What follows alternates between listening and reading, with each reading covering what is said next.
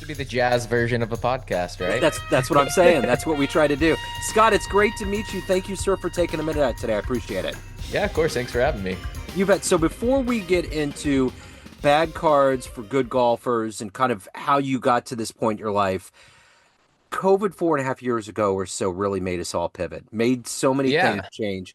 How did living through that influence the way that you live your life and do business today? Yeah, it's interesting actually, and it's a great takeaway because I've seen that in so many people and so many stories that kind of pivoted around that time and people discovering new chapters of their life. And I'm definitely in that boat as well. I've been a musician for a long time, so all through college and then out of college, but signed a deal and toured full time for years, and that was life. And when COVID came around and touring was pretty much off the table, I was sort of put a pin in that. We're sort of forced to put a pin in that and explore other things. And so my wife and I invested kind of more of our time into a marketing company that we were sort of running on the side. And then um, in that space, there was sort of this creative lull for me. Like there wasn't that itch wasn't being scratched by writing music or performing or, things like that. So, yeah, Bad Cards was an idea I had had for a long time. And, um, as they say, boredom equals creativity. And so there's the right amount of boredom and that creative spark. I just was like, I didn't want to be the guy at a party, for the next 20 years talking about this idea that I had but never did. And eventually someone else would do it. And then I would be the guy that's like, I had that idea once. So I was like, no, let's just, let's give it a shot. And my wife was supportive. She's like, let's do it. Anytime she allows me to start a new business, I'm grateful. I'm a bit of a serial entrepreneur. So yeah, that the whole COVID era just it was a big pivot for me. And I don't know that it's something I would have probably given myself permission to explore otherwise. I Sure. don't think that I would have consciously made the choice to put music on a back burner to explore something else creative, specifically just because I've invested so much of my life into that. It almost feels like, oh, I shouldn't. But when you don't have a choice, it's kind of nice. You just have Yeah. a freedom to charge forward. So that's what we did, and here we are. Right on. So let's get to the heart and soul of what you do on a daily basis. I'm going to put you in front of a bunch of grade schoolers, third grade kids, 10, 11-year-olds, career day. The kid in the back of the room is like, hey, what do you do for a living? How do you answer them? Yeah, yeah. The elevator pitch is at Bad Cards, we make fun on-course card games to pair with your rounds of golf. So we're focused on experience and having a good time. It's a hard sport and it's 4 hours of just difficulty. So, we design games that make sure that when you're out there spending all that money to be on the course, that you're having a good time, you're taking a focus off of what your actual score is and more on just making memories and hanging out with your buddies. And yeah, it's been really well received. So, Right on. So I'm curious, what did you want to be in the third grade? What is it? Was it to be a musician? I think yeah, I have a it's like a form you filled out in kindergarten or first grade or something. And I think we got it in sixth grade of elementary school and got to look back. And officially, as a young child, I wanted to be a fisherman. Okay. Um, so, I do fish. So I guess that's a successful in a way. It didn't become a vocation, but yeah, I think for me, just growing up, I was always a little entrepreneur. I mean, we were selling. This will be lost on a lot of people, but we would set up, obviously yard sales or like, my mom would bake cookies and we'd take lemonade and we'd just be set out on the street corner in the neighborhood. But for a while I sold pogs, um, Nice. candy at school, things like that. Yeah, my dad's an entrepreneur, so I think, I'm sure that seeing that spark in me, it was sort of like he doubled down. I remember the candy thing specifically, like I was leaving tutoring, my dad picked me up and I was just like, all right, hear me out. I'm like the kid that normally sells caramel apple pops in school just got busted for the third time and he can't do it anymore. So there's a hole in the marketplace. And so in ninth grade, I'm pitching my dad to like take me to Walmart so I can get these bags for 250. I'm gonna sell them for 50 cents. I'm gonna make $5 per bag. in profit. And he was so proud and agreed not to tell my mother. And, because That's we knew awesome. she'd say no. So yeah, I've always been entrepreneurial as a kid. So I think as long as I'm always like kind of creating something, I'm happy. So what about music? What was the first live show that you ever saw that like blew you away? Um, man. It's always funny. So I did pop punk music and then later shifted into like an electro pop band with my wife. And so this doesn't line up at all. But um I saw Boys to Men play at the Okay. theme park in North Carolina. And well, it was certainly not the type of music. Just seeing people up on stage performing and having fun and I think for me, like a big inspiration was like Warp Tour back when that was around. Yeah. Going there and just seeing all the bands play and yeah, just wanting to be up on stage and be a part of that for Yeah. sure. So what'd you play? How did music become your life? I played guitar poorly. And then, my first band lost our singer and we were just like it was hard to find people to mesh with. So I started singing, which I could do, but hated doing. I was just Yeah. always self-conscious about it. Um, got forced by my theater teacher once to be in a musical and in middle school, and she found out I could sing, and then she wouldn't let me escape it. Um, so yeah, so I started singing and playing guitar, and then as the band developed, and we were kind of running into musical limitations because of me. We brought on another guitar player, and I moved to just vocals, and kind of got to focus on the songwriting element, but also like performing in the live show and connecting. And I think for me, that's sort of the common thread I've seen between everything that's a creative outlet for me is like whether it's music or it's a golf card game or it's something else like an event or something like that. Like the focus for me is always like creating experiences for people, creating moments.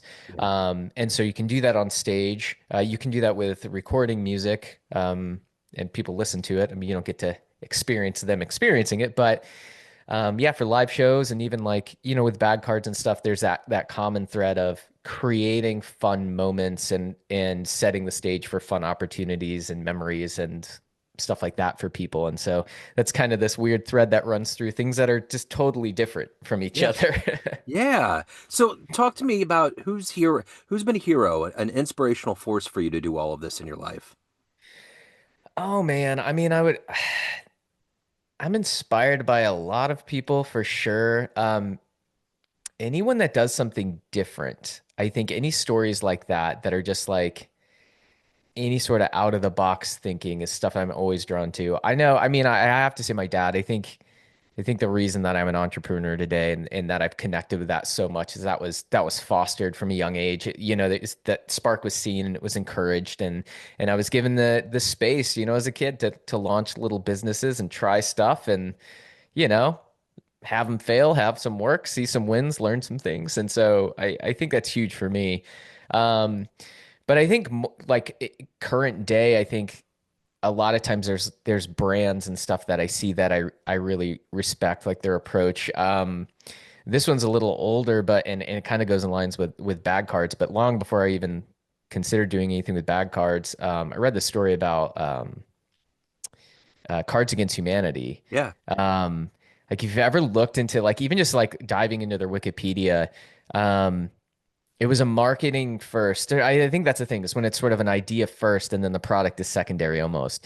And so they obviously released this game and it was hugely successful, but they did all these weird other things in marketing. Like they did this whole campaign and this was a lot of this was pre-social media too. So additional credit there, but like they just had this campaign where they just live streamed digging a hole and people could donate for like, I don't know for how long. And then they ended up just keeping the money. And people were pissed that they didn't donate to charity. They're like, we didn't say we were going to do that. Like Yeah. they put out a brand of chips. Like it was all this just weird stuff. And another company was more recent, like Liquid Death.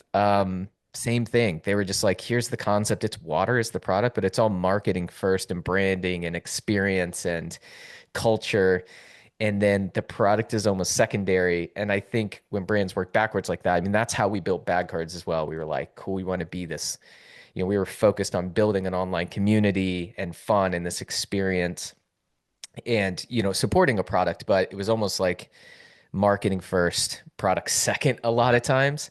We actually had the chance to work with Liquid Death this year, which was really, really cool. Like we went out and participated. We set up some fun activations, some bag card style holes in their corporate their company golf tournament. And yeah, I mean it was cool to be around people that are so like-minded, and so much of their team is even from the music world like us. So it was like there's so much synergy there. But yeah, Yeah. anybody that does something different, solves problems in a different way, looks at something from just a different angle. I mean, that's something I'm always completely drawn to. Yeah. So is there a figure, is there a person that exists out on the planet that thinks like that that you would love to meet and hang out with and see how they roll that might benefit you on your path in life? Oh man, that's a great question. I don't know that I have a single person. Yeah. But I am it's something I realized in life is that when you do reach out to those people, like if you see somebody you're like, oh, I really I appreciate what you did in X, Y, and Z, or I see that you're successful in this place, you can just hit these people up and just say like, hey, let me buy you a cup of coffee, or if they're not there, like I'd love to pick your brain, like just I would love to, whatever sort of knowledge you can share. Something I found is people who are successful and have been there, like the desire to help others and tell their story. Like there's no gatekeeping once you're at this certain level. Um, and so yeah, I mean, anytime I do kind of I'm talking with somebody that like they've been somewhere I haven't been before, like um that's always the person that like try to get on the phone and just chat. Like my thing is always like if you were me, like what do you wish that you knew at your point when you were at my point is kind of the conversation I always have. And they're always like immediately. It's kind of like the asking someone on the deathbed, wait, what would you tell your younger self? That sort of thing. Yeah. Um, but they're almost always down to impart some wisdom. So, Yeah. but yeah, I don't have like this one sort of like keystone person. I think I'm just interested in so many different things that Sure. like I'd almost talk to anybody and love to hear and learn from their story. So. So what did your life of being a musician and being creative and being on the road and living that life, how did that lend to your life as an entrepreneur now? Yeah, I mean, anybody who's ever been a musician in the sense that they're running their band, you're an entrepreneur. And it's really great testing ground because it's like you're in a business that's just destined to fail. It's like success on as a musician is like survival in a way that you wouldn't for a band. So like or in for a brand. Um, so if in our world, if coming from a local music scene, if you got to the point where you were on the road and you were touring and you really, if you didn't have to work when you were home, regardless of how poor you were, like you were killing it.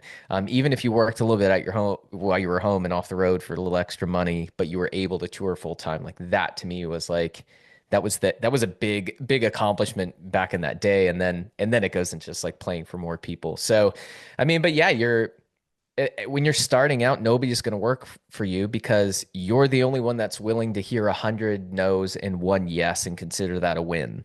Like when you're booking your tour, an agent isn't going to do that. A manager isn't going to do that. Like, oh, cool, we get I get 15% of your door cut. Like, awesome, that was worth my effort. Like, you're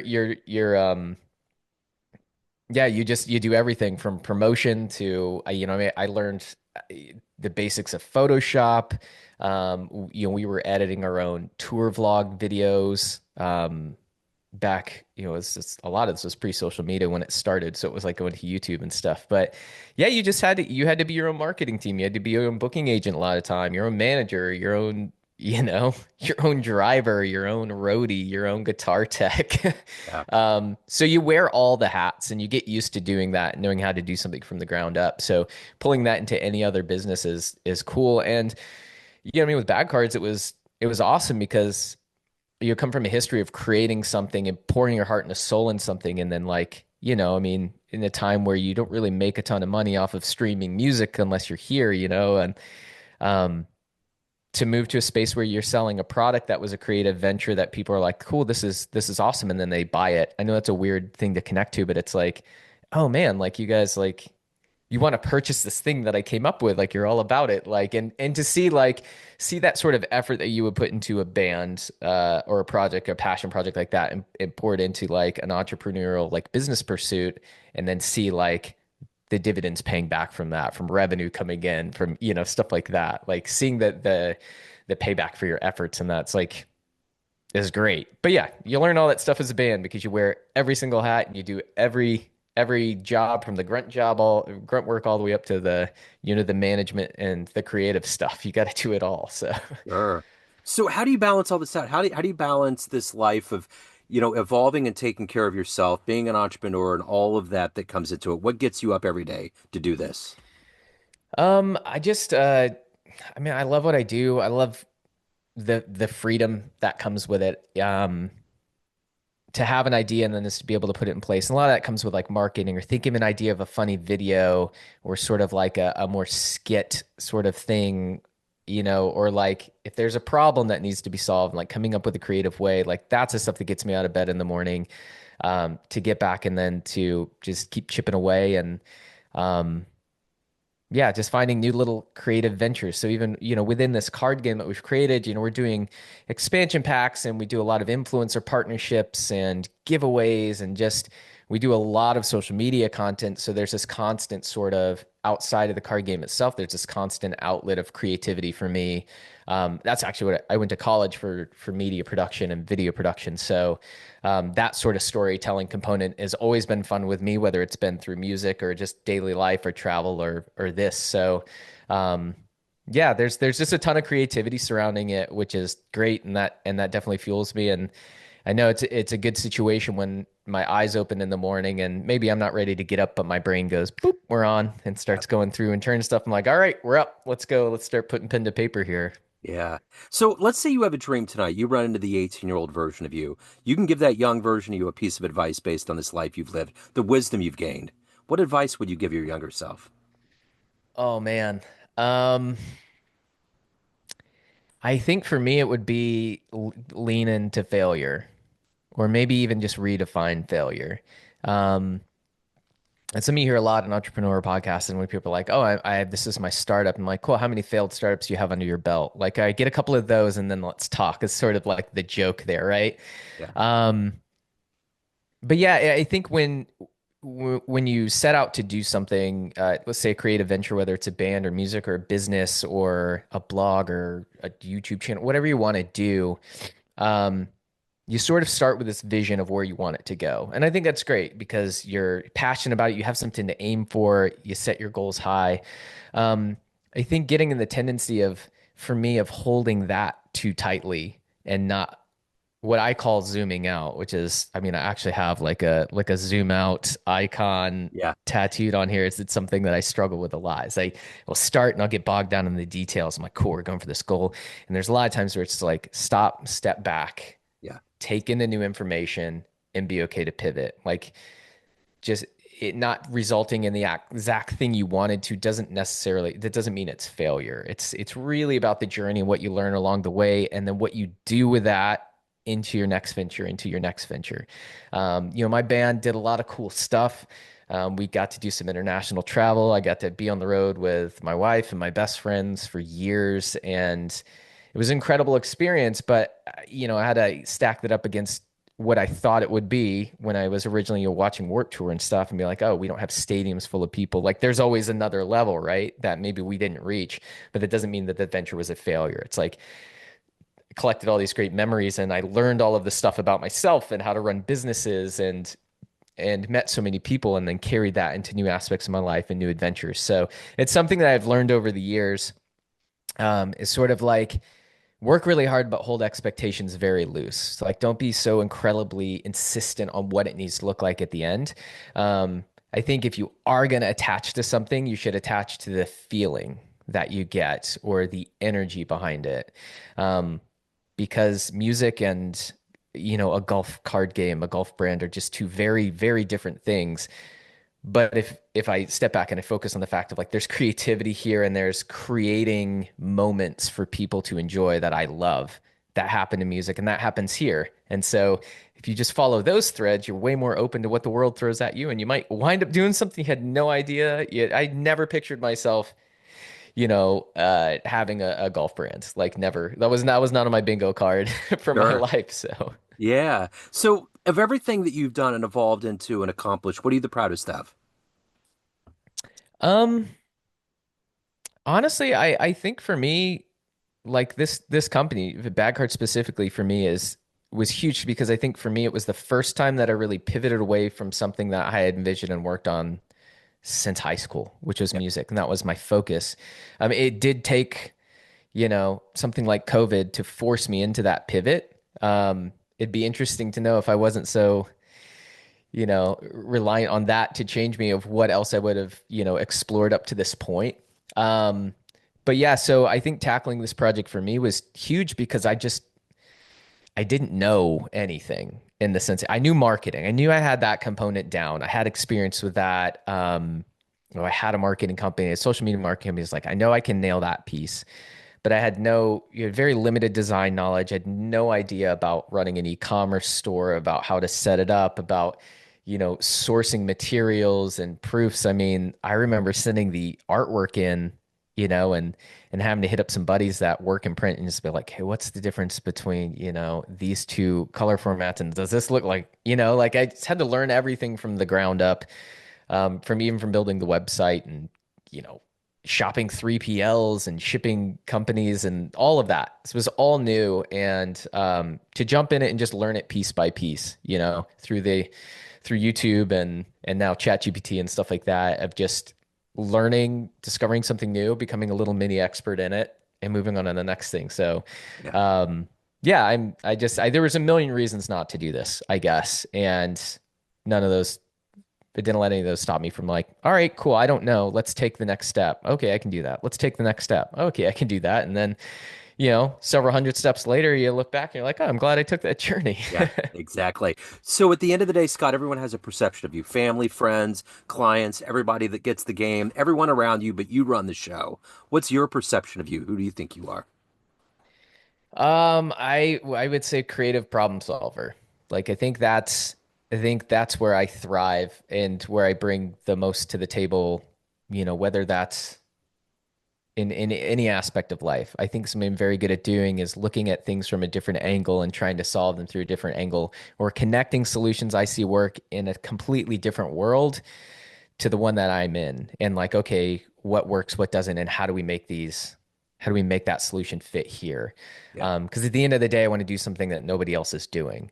Um, so I think, yeah, the creative problem solver is probably like that's up there for me for sure. So if anyone wants to pick up the game, they want to reach out, they want to learn more, any of the good business in your world, where do they go? I mean, we pay a lot of money to make sure that you find us very easily on the internet. So if you search anything in the world of bad cards and golf, you will find us. Badcards4goodgolfers.com is our website. Fore is Fore, obviously. And then, of course, on social media and TikTok, we're very active on there and always have a lot of fun content going up, contests, giveaways, things like that, new product announcements. And all of those handles are at Badcards4 Good Golfers. Perfect. Scott, this has been fascinating. Thank you for your story, man. I Yeah, appreciate for it. sure. Best of Thanks for luck. having me on. Yeah, absolutely.